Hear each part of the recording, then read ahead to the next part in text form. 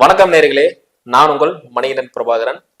பக்தி யுகம் சேனல் மூலியமா உங்க சந்திக்கல மிக்க மகிழ்ச்சி. இன்னைக்கு சீஃப் கெஸ்ட் யார் வந்திருக்காங்க பாத்தீங்கன்னா JMS சந்திரமொழி ஐயா வந்திருக்காங்க. ஃபர்ஸ்ட் ஆஃப் ஆல் அவர் வெல்கம் பண்ணிடலாம். வணக்கங்க ஐயா. வணக்கம். எப்படி இருக்கீங்க? நல்லா இருக்கேன். கடந்த வீடியோ போட்டிருந்தோம், நல்ல வரவேற்பு இருந்துச்சு. மகர ராசிக்கு பாயிண்டா அடிச்சிட்டீங்க. நிறைய பேர் வந்து எப்படி கரெக்டா சொல்றீங்க, எனக்கு உண்மையில உறவுகள்னால தான் பிரச்சனையாச்சு. அந்த அளவுக்கு நிறைய பேர் எங்கிட்டையும் பகிர்ந்துக்கிட்டாங்க. அதாவது அவங்களுடைய வாழ்க்கையவே சொன்ன மாதிரி ஃபீல் பண்ண நிறைய கமெண்ட் செக்ஷனே அதிகமாயிருச்சு. ஃபுல்லா வந்துட்டாங்க, எப்படி சார் சொன்னீங்க அப்படிங்கிற மாதிரி கேட்டாங்க. அற்புதம். இதே மாதிரி நிறைய பாயிண்ட்ஸ் நீங்க சொல்லணும்னு நினைக்கிறீங்க ஐயா. அந்த வகையில இன்னைக்கு வந்து விருச்சக ராசி, அதாவது விருச்சக ராசி, விருச்சக லக்னம். விருச்சகம்னு சொல்லும் போதே நிறைய பேத்துக்கு இருக்கிற பயம் அசிங்கம் அவமானம்னு சொல்லுவாங்க. ஏன்னா 8ஆம் பாவமா இருக்கக்கூடிய விருச்சக ராசி செவ்வாய். ஸோ அப்படி இருக்கும்போது நிறைய இந்த விருச்சக ராசியில பிறந்தவங்க எல்லாத்துக்குமே ஏன் இந்த கொடுமைகள் அதிகமா நடக்கிறது? அதாவது இப்போ அர்த்தாஷ்டம சனி வேறு இப்போ இடையில வந்துச்சு இல்லைங்களா, அது முடியும் போகுது. ஸோ நிறைய இன்னல்கள்லாம் இருந்துச்சு. உங்க ஜோதிட அறிவுல விருச்சக ராசியை பத்தி கொஞ்சம் சொல்லுவீங்க. ஓகே, இந்த பதிவுல வந்து நம்ம விருச்சிகத்தினுடைய உள்ளுக்குள்ள இருக்கிற நட்சத்திரத்தை தான் நம்ம வந்து குவாலிட்டியா பார்க்கணும். எந்த லக்கணமா இருந்தாலும் அந்த 108 பாதங்கள் தான் அங்க வேலை செய்யுது, 27 நட்சத்திரம் தான் வேலை செய்யுது. ஆனா நம்ம 12 ராசின்னு நம்ம சொல்லி பழகிட்டோம், ராசி பலன் பார்த்து பார்த்து பழகிட்டோம். ஆனா அந்த உள்ள இருக்கிற நட்சத்திர தன்மைகள் தான் நமக்கு வேலை செய்யுதுங்கிறது தான் நம்மளுடைய ஆய்வினுடைய இது. பாஸ்கரா அஸ்ட்ராலஜி பாவத்தை முக்கியப்படுத்தி கண்டுபிடிச்சது இதுதான். அதனால பாவம் தான் முக்கியம், கிரகம் முக்கியம் இல்லை. அந்த பாவம்னு சொன்ன மாதிரி, நீங்க சொன்ன மாதிரி 8ஆம் இடம், அந்த 8ன்னு சொல்ற இடம் தான் பாவம். 1லிருந்து 12ன்னு நம்பர் சொல்றது தான் பாவம். அப்படி பார்க்கும்போது கால புருஷ தத்துவம், அதாவது இயற்கையினுடைய அந்த கால புருஷனுடைய அந்த 12 ஒரு தன்மைகள்ல 8ஆம் தன்மையா விருச்சிகம் வச்சிருக்கு. நீ கரெக்டு தான், நீங்க 8 சொன்னீங்க. ஆனா 8ல தான் புதையலும் இருக்கு. ஆனா மேக்ஸிமம் புதையல் யோகமே உங்களுக்கு அசிங்கம். 8 என்பது வந்து ரகசியம், மறைக்கப்பட்ட உண்மை, மறைக்கப்பட்ட ரகசியம், அதே மாதிரி அமானுஷ்யம், இதெல்லாம் இருக்கு. இப்ப வந்து ஒரு அமானுஷ்யமான கலை அப்படின்னு நம்ம கேள்விப்பட்டிருக்கோம். அது வந்து 8க்குள்ளதான் இருக்கு. அது தந்திர ரகசியம் எடுக்கலாம். ஆனா ஜென்ரலா வாழ்க்கையில வந்து எதிர்நீச்சல் போடக்கூடிய அமைப்பு இதுதான். ஏன் அப்படின்னா, இப்ப எதுக்கு 8 வந்து நம்ம மைனஸா சொல்றோம்னா, லக்னத்துக்கு அது எதிர்விளைவு பண்ணுது. லக்னம் தாங்க உயிர். அந்த உயிருங்கிறது 8ங்கிறது மரணத்தை கொண்டு போயிடும்.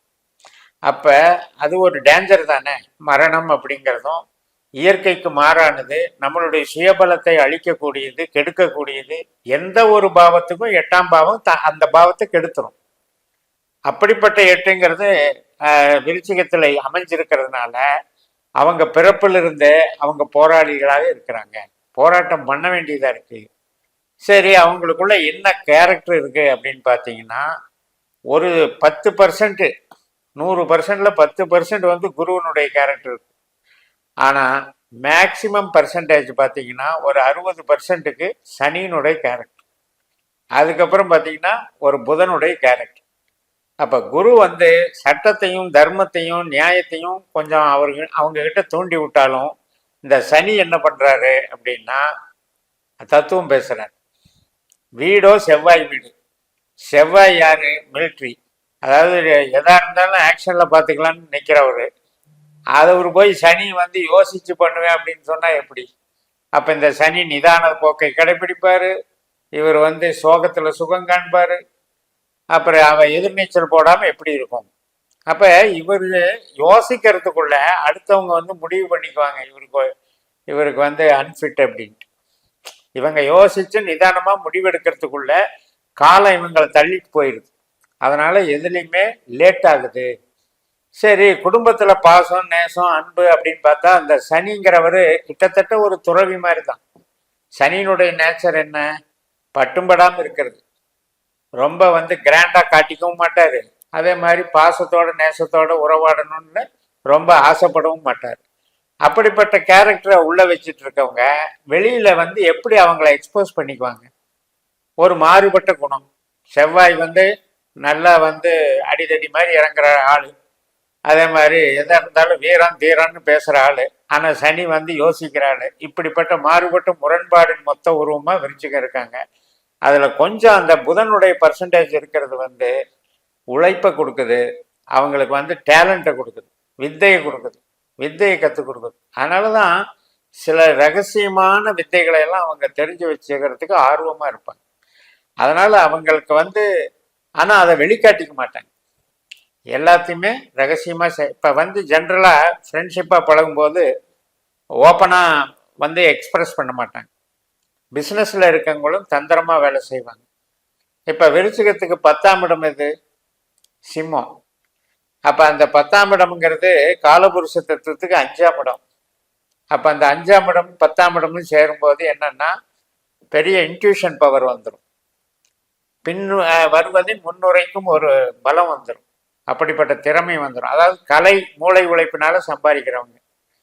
இன்னைக்கு உழைக்கிறவங்களுக்கு ஏது டெவலப்மெண்ட்டு? வேலை வாங்குறவங்களுக்கு தான் டெவலப்மெண்ட், வேலை செய்கிறவங்களுக்கு டெவலப்மெண்ட் இல்லை. அப்போ வேலை வாங்குற திறமை இவங்க கிட்ட இருக்கிறதுனால முன்னேறுறாங்க. குடும்பத்தில் வந்து அட்டாச்மெண்ட் இல்லாமல் போய் அதுதான் பிரச்சனை. எதனால அட்டாச்மெண்ட்? அந்த சனியினுடைய காரகத்துவம். சரி, இப்போ இவங்களுக்கு வந்து குடும்ப கிரகம் எது? 2ஆம் வீடு. 2ஆம் வீடு தனுசு. அது வந்து நெருப்பு ராசி, இவங்க வந்து நீர் ராசி. அந்த 2ஆம் இடம் குடும்பம் அப்படிங்கிறதுல வந்து குருவனுடைய வீடாக இருந்தாலும் அந்த இடம் காலபுருஷ தத்துவத்துக்கு 9ஆம் இடம். அது வந்து உபயராசி, நிலையற்ற தன்மை கொண்டது. அதனால இவங்களுக்கு வந்து குடும்பத்தினுடைய இது வந்து ஒரு பெரிய வளர்ச்சின்னு சொல்ல முடியாது. அதாவது குடும்பத்து மேல இவங்களுக்கு பாசம் இல்லைங்கிறீங்களா? பாசம் இருக்கும். அந்த குடும்ப சூழல்ல வந்து இவங்க அட்டாச்மெண்ட்டோட ஒரே இடத்துல நிலையா கொண்டு போக முடியாது. இடம் மாறி மாறி இருப்பாங்க. ஒரு பார்த்தீங்கன்னா ஆவரேஜ் தான் இவங்க ஃபேமிலி அப்படின்ற பேர் வந்துடும். அல்லது இவங்க எங்கேயோ வேலை செய்வாங்க, குடும்பம் எங்கேயோ இருக்கும். நான் சொல்ற குடும்பங்கிறது கூட்டு குடும்பம், கணவன் மனைவி மட்டுமல்ல. இப்ப பெற்றோர்கள் இருக்காங்க, எங்கேயோ இருக்காங்க, இவங்க எங்கேயோ வேலை செய்வாங்க. கோச்சாரமா சனி வேற. கோச்சாரத்துல பாத்தீங்கன்னா அர்த்தாஷ்டம சனி அப்படிங்கிறது வந்து நெகட்டிவ் சனி, இவங்களுடைய சிந்தனைகளை தடுக்கிற சனி. சனி வந்து ஆற்றலை கெடுத்து இருந்த சனி வந்து இப்ப நல்ல நிலைமைக்கு போகுது. அதாவது மார்ச் 29 மீனராசிக்கு. அதே தன்னுடைய சொந்த நட்சத்திரத்துக்கும் போறாரு. உத்திரட்டாதி நட்சத்திரம் அங்க இருக்கு இல்லையா, மீனராசியில. அங்க போகும்போது அவங்களுக்கு வந்து அந்த மகிழ்ச்சி கிடைக்கும், உறவுகள் பலப்படும். இப்ப தனிப்பட்ட திறமைகள் எல்லாம் வெளிப்படும். இப்ப ஒரு கிரியேட்டிவிட்டி மைண்டோட வேலை செய்யறாங்கன்னா அதெல்லாம் வெளிப்படும்.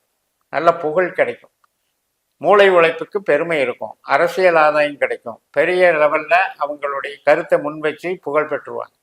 வளர்ச்சி, பாசம், குழந்தைகள், பெற்றோர்கள், தெய்வ பலம் எல்லாமே வரப்போகுது. இவங்க திருமண வாழ்க்கையில எப்படி இருக்குங்க? திருமணத்தை பொறுத்த வரைக்கும் இந்த 7ஆம் இடம் சுக்கிரனுடைய வீடாக இருந்தாலும் அந்த 7ஆம் வீட்டுல இருக்கிற நட்சத்திரத்தை பாருங்க, சூரியன், சந்திரன், செவ்வாய். அப்ப என்ன அப்படின்னா நிலையற்ற தன்மை. அந்த வரக்கூடிய மனைவியினுடைய அமைப்பு வந்து டாமினேட்டிங் பர்சனாலிட்டிங்கிற மாதிரி இருக்குமோ ஒழிய அவங்க வந்து நியாயமா சஞ்சலப்பட்ட மனசோடு இருப்பாங்க. சந்திரன்னால என்ன அர்த்தம்? ஒரு நிலை இல்ல. ஆமா, கழுவுற மீன்ல நடுவுற மீன். சந்திரன் அப்படின்னாலே நீர் தத்துவம், அந்த மாதிரி இருக்கும். இன்னொன்னு செவ்வாய் தத்துவம், அது என்ன ஆகும்? அது அரகண்டா பிஹேவ் பண்ணும். சூரியன் என்னன்னு நான் தான் தலைமை தாங்குவாங்க. அப்ப 7ஆம் இடத்துல இந்த கேரக்டரை வச்சுக்கிட்டு இவங்க இது பண்ணும்போது இதுக்குத்தான் நம்ம வந்து லக்ன ரீதியா பொருத்தம் பார்க்கணுங்கிறோம். இப்ப இவங்களுக்கு வந்து பொருத்தம் பார்க்கணும்னா மகர லக்னக்காரர்களை பார்க்கணும், மீன லக்னக்காரர்களை பார்க்கணும், கடக லக்னக்காரர்களை பார்க்கணும், கன்னி லக்னக்காரர்களை பார்க்கணும். அப்படி பொருத்தம் பார்த்தோம்னா அந்த பஞ்சபூதத்துல நட்பு வந்துடும். இப்ப இது வந்து நீர் ராசி விருச்சிகம். அதுக்கு நம்ம நீர் ராசிக்கு நிலராசியை பார்க்கணும். நெருப்பு ராசியும் காற்று ராசியும் பகையாயிடும். அதனால திருமண வாழ்க்கை அப்படிங்கிறது இவங்க பணிஞ்சு போனா நல்லா இருக்கும். இவங்க பணிஞ்சு போகணும், அப்படிதான் போவாங்க. ஏன்னா இங்க இருக்கிறதே சனி தானே. இப்ப இந்த சனி வந்து அவரை தாழ்ந்து போகணும்னு அந்த இதுக்கு கொடுத்துருவாங்க, அந்த டாமினேட்டர் கொடுத்துருவாங்க. இப்ப இவங்க வந்து செவ்வாய் வீடு, அவங்க வந்து சுக்கிரன் வீடு. அந்த சுக்கிரன் வீட்லயும் சந்திரன், செவ்வாய், சூரியன் இவங்கெல்லாம் வந்து ஆசிலேஷன் வச்சிருப்பாங்க. அந்த ஆசிலேஷன்னால என்ன ஆகும்னா ஒத்து போய்க்கலாம், எதுக்கு பிரச்சனை அப்படிங்கிற மாதிரி. நம்ம வந்து ரொம்ப இவங்க வந்து கண்டிப்பு பண்ணாங்க அப்படின்னா அவங்க ஒத்துழைக்க மாட்டாங்க. அதாவது அவங்களுடைய நேச்சர் என்ன அப்படின்னா உலக தத்துவமா இயங்குவாங்க. உலக தத்துவங்கிறது என்ன அப்படின்னா, அவங்க அப்படி சம்பாதிச்சுட்டாங்க, இவங்க இப்படி சம்பாதிச்சுட்டாங்க, நம்ம அப்படி வரணும், நம்ம வந்து இப்படியெல்லாம் மிச்சப்படுத்தணும், நீ உன் குடும்பத்தையே பார்த்துட்டு இருந்தா எப்படி, என் குடும்பத்தை பாரு, இல்லைன்னா நம்ம குடும்பத்தை நம்ம மட்டும் பார்த்துக்கலாம், யாருக்கும் எதுவும் கொடுக்க வேண்டாம், இப்படியெல்லாம் திணிப்பாங்க. அந்த மனைவின்ற கேரக்டர் அல்லது மனைவியானால் கணவன்ற கேரக்டர் வந்து அந்த இவங்க பிறந்த வீட்டுக்கு அவ்வளவு ஒரு முக்கியத்துவம் கொடுக்க மாட்டாங்க. அதனால விருச்சிகத்தை பொறுத்த வரைக்கும் எதிர்நீச்சல் போட்டாலும் அவங்களுக்கு தொழில் பலம் நல்லா இருக்கு, ஸ்திரமா இருக்கு. அவங்களுக்கு 10ஆம் இடம் வந்து ஸ்திர வீடு. அப்ப சிம்ம வீடுங்கும் போது ஸ்திரமா இருக்கிறதுனால நிறைய பேர் வந்து அவங்க எடுத்துக்கிற சப்ஜெக்ட்ல புகழ் பெற்று டெவலப் ஆயிடுவாங்க, தனித்தன்மையை நிறைவேற்றிடுவாங்க. அதே நேரத்தில் உழைப்புன்னு பாருங்க, 6ஆம் வீடு அது செவ்வாய் வீடு தான். அந்த செவ்வாய் வீட்டில் இந்த சிம்மம் சூரியன் வீட்டில், இந்த குரு வீட்டில் 2ஆம் இடம், இந்த 2, 6, 10ங்கிறது செவ்வாய் சூரியன் குருவாக வர்றதுனால நிறைய கவர்மெண்ட் சம்பந்தப்பட்டதுலையும் புகழ்பெற்ற ஒரு தலைமை பொறுப்புலையும் இவங்க இருப்பாங்க, தலைமை பொறுப்புல இவங்க இருப்பாங்க. அதே மாதிரி உங்க குடும்பத்திலே ஒரு பிடி இல்லைன்னு சொல்றீங்கல்ல, அது இவங்க வந்து இப்போ ஒரு நார்மலா பேசுறது கூடி ஒரு கோபமா பேசுவாங்களா, வெஞ்சன்ஸ் அதிகமா இருக்குமா? ஆமா, அதாவது இவங்க வந்து பணிஞ்சு போயிடுவாங்க, லைஃப் பார்ட்னர் கிட்ட பணிஞ்சு போயிடுவாங்க. ஏன்னு கேட்டா அவங்க வந்து இவங்களை கைக்குள்ள வச்சிருவாங்க. அதுக்கு காரணம் பல சொல்லிடுவாங்க, நான் உன் மேல அஃபெக்ஷனா வச்சிருக்கேன், அதனால நான் சொன்னபடி கேளுங்கிற மாதிரி கொண்டு வந்துடுவாங்க நடைமுறைக்கு. அதனால இவங்களுடைய மைண்ட் செட்டு எக்ஸ்போசர் வந்து ஒரு நபரை பார்த்து பாசமா பழகிறதுக்கு, சொந்த பந்தங்களை கவனிக்கிறதுக்கெல்லாம் ஆர்வம் கொடுக்காது. இந்த லவ்ல அப்படி இருக்குங்க, காதல் காதல் அப்படிங்கிறது பார்த்தீங்கன்னா 5ஆம் இடத்துலையும் இந்த சனி தானே இருக்காரு. 11ஆம் 3, 7, 11ங்கிறதையும் எடுத்துக்கலாம், 1, 5, 9ங்கிறதையும் எடுத்துக்கலாம். இந்த 1, 5, 9ங்கிறது குரு வீட்டில் பார்த்துட்டீங்கன்னாலும் உங்களுக்கு வந்து சனி தான் அங்கே நட்சத்திரமா வர்றாரு, சந்திரன் வீட்டில் பார்த்தாலும் சனி தான் அங்கே நட்சத்திரமா வர்றாரு. அதனால ஒரு தரமான ஒரு அமைப்புன்னு சொல்ல முடியாது. இப்போ நம்மளை விட லெவல் ரீதியாக, ஒரு ஸ்டேட்டஸ் ரீதியாகவும், பர்சனாலிட்டி ரீதியாகவும், டேலண்ட் ரீதியாகவும் குறைவாக இருக்கிற நபரை தான் விரும்புவாங்க. இப்போ சில பேர் பணியாளர்களோட விருப்பம் வச்சுக்கிறாங்க, வேலை பார்க்குறவங்கள லவ் பண்ணுறாங்க, இந்த மாதிரி. அதே மாதிரி முதிர்ச்சி, நம்மளோட வயசில் பெரியவங்களாக இருக்கிறவங்களாம் லவ் பண்ணுறாங்க. இதெல்லாம் வந்து சனியினுடைய காரகம். அப்போ அதில் என்னன்னா ஸ்டேட்டஸ் லெவல் கம்மின்னு அர்த்தம். இப்போ வந்து 9ஆம் இடம் அப்படின்னு வரும்போது அவங்களுடைய நெருங்கிய தொடர்புகள் படுறதுக்கு கூட அது வாய்ப்பு இருக்கு, அவங்களால அந்த மாதிரி நெருங்கி பழகக்கூடிய அமைப்பு இருக்கு. 1, 5, 9ங்கிறது நம்ம பிறவியில நம்ம ரத்தத்தில் ஓடுனது என்ன அப்படின்னா டிஎன்ஏ கனெக்டிவிட்டி.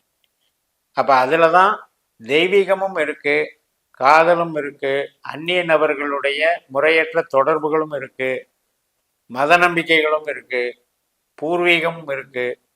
எல்லாமே இந்த 1, 5, 9 தான் பாரம்பரியம். அப்போ அதில் ஃபுல்லாகவே யார் ஆக்டிவேட் பண்ணுறாங்கன்னா சனி தான், முக்கால்வாசி சனி, அதில் வந்து கால்வாசி புதன். அப்போ இந்த புதனும் வந்து அவ்வளோ ஒரு அன்பு பாசம் ரீதியில் வந்து ஒரு மேஜிக்காக பண்ணுறவர் தானே ஒழிய அதில் வந்து ஒரு உண்மைத்தன்மை இருக்கிறவராக இருக்காது. புதன் வந்து நிகழ்வுக்கு தகுந்த மாதிரி தன்னை மாற்றிக்குவார், சமயோசித புத்தின்னு சொல்கிறாங்கல்ல. அப்போ அதில் என்ன இருக்குது அப்படின்னா உண்மையா அப்படின்னு சொல்ல முடியாது. இப்போ நம்ம டெப்த்தாக பார்க்கணும் அப்படின்னா, ஒரு போன பதிவில் கூட சொல்லியிருக்கேன், கணவன் மனைவி உறவு அப்படிங்கும்போது குருவினுடைய தாக்கம் 7ஆம் இடத்துலையோ 5ஆம் இடத்துலையோ 9ஆம் இடத்துலையோ இருந்தால் பரிசுத்தமான அன்பு, பரிசுத்தமான உண்மைத்தன்மை, பாசம், இதெல்லாமே இருக்கும். அதே சனின்னு வரும்போது ஆப்போசிட் தான். சூப்பருங்கய்யா, ரொம்ப நன்றிங்கய்யா, ரொம்ப தெளிவாக சொல்லிட்டீங்க. நிறைய பேருக்கு இருந்த சந்தேகம், நேர்களுக்கு இருந்த சந்தேகங்கள்லாம் தீர்த்து வச்சிட்டீங்க. இதே மாதிரி அடுத்தடுத்த காணொலி பண்ணலாங்க. நேர்களே, இந்த வீடியோ உங்களுக்கு பிடிச்சிருந்தா மறக்காம லைக் அண்ட் ஷேர் பண்ணுங்க. இதே மாதிரி இன்னொரு காணொலி சந்திக்கும் வரை உங்களிடம் விடைபெறுவது உங்கள் மணிகண்டன் பிரபாகரன். நன்றி, வணக்கம். வணக்கம் ஐயா. வணக்கம்.